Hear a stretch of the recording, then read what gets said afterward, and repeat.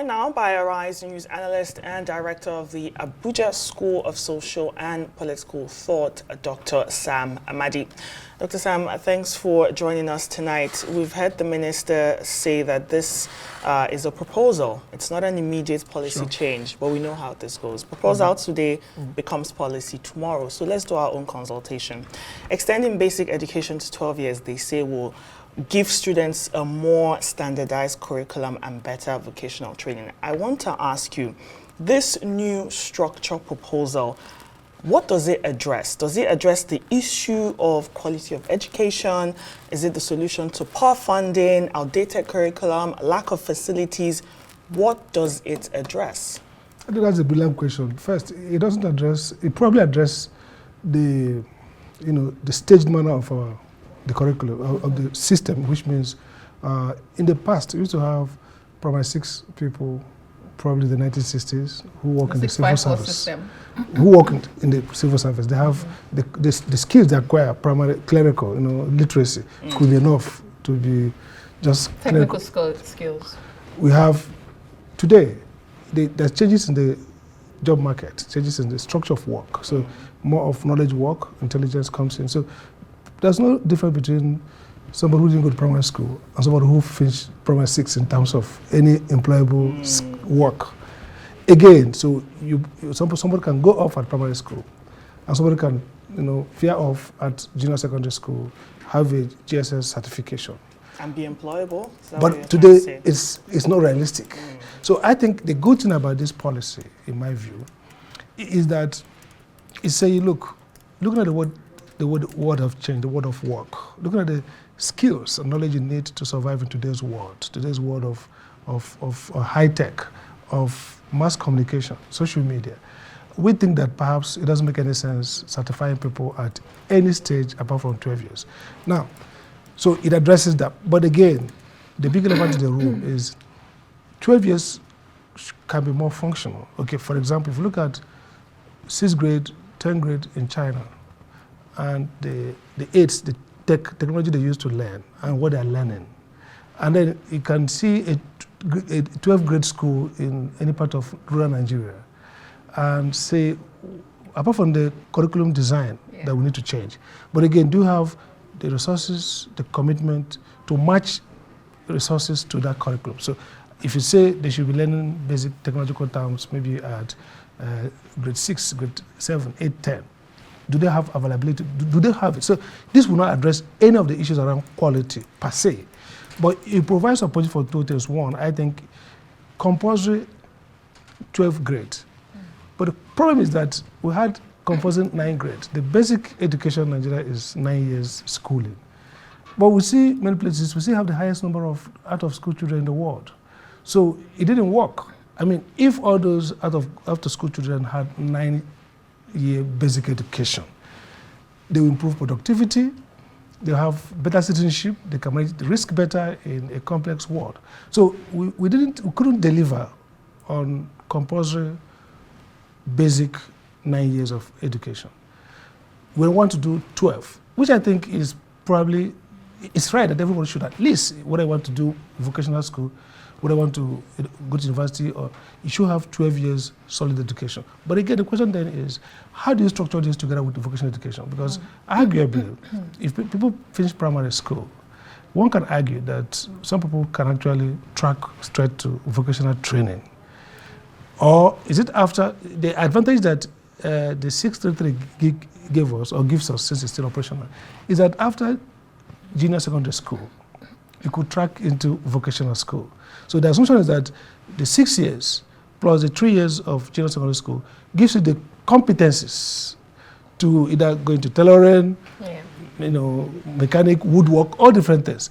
Now, if you're going to do a 12 years no exit system, it means that you have to put 12 years, senior secondary school before you can veer off, or you're going to design. So how are you going to design within that 12 years? The track for, at what point do we begin to move away from vocational and grammar and technical at the level of secondary school?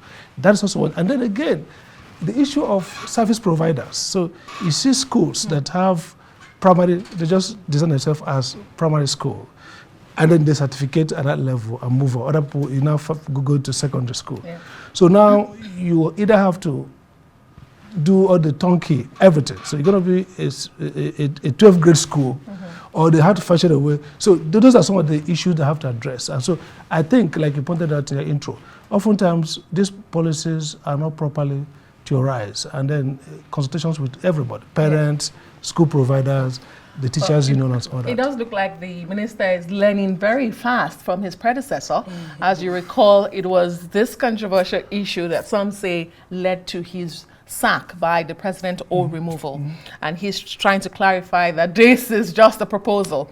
But another key element of this proposal is the removal of examination, external examination between those connecting years of the junior secondary school and the senior secondary schools. And I'm wondering, is it that examinations no longer have a place for assessment? What is the basic qualification, you know, the basic competency that we should put in place to ensure this transition? And it's not just the transition within the school structure, but for life, like you're trying to highlight tonight. Okay, so I think the logic they have here is, look, if everybody ought to go through a 12-year education, so what we now use is internal assessment. So there's no point doing externally moderated examination, because Such as WAEC. WAEC. So those, for example, if you have a JSS, okay, certificate, it means that at this point you can say I'm qualified for X. No matter, let's forget the value, okay? But here, if you're going to be transitioned from grade 1, grade 2, grade 3 in the same school, then we're going to use internal system to assess whether you've learned enough to go on. And again, so there's nothing like external certificate. I think it makes it, but the problem is this. We need to develop a curriculum and testing method and ensure that also that we're not promoting people who are not qualified to the 12th grade, and then probably they do the certification and pass or fail, that somehow the internal assessment system is strong enough to decide those who are not making the mark and find a way either they repeat their classes, and so it doesn't. In case of 12 years, I'm out of the system. Input, output. 12 years you're out. So yes, I think you may not need to the cost of doing external examination, because you're not going to be certificating anyone at those points. Makes sense, but then you have to have rigorous control of the process of internal assessment, and this is where China and Asia are doing better. The testing quality is critical to output, to learning. So you see some private, even now some private schools where there's some kind of collusion, so that students don't feel bad, parents don't feel bad, everybody just gets an A or so just move on, great. And then when it gets to competitive level, that's why we're not doing well in the PISA test globally, because our rigor, our quality is not strong. So you can leave out external tests, but make sure you have strong internal assessments, system that make sure that those who are getting to 12th grade really deserve to go to 12th grade and will do well. These are some of the issues that I think the Ministry of Education with stakeholders will have to look into as they're consulting come October 2025. But let's talk about the legal and structural implications. The Universal Basic Education Act of 2004 defines education as 9 years of formal schooling, including early childhood education and adult literacy programs.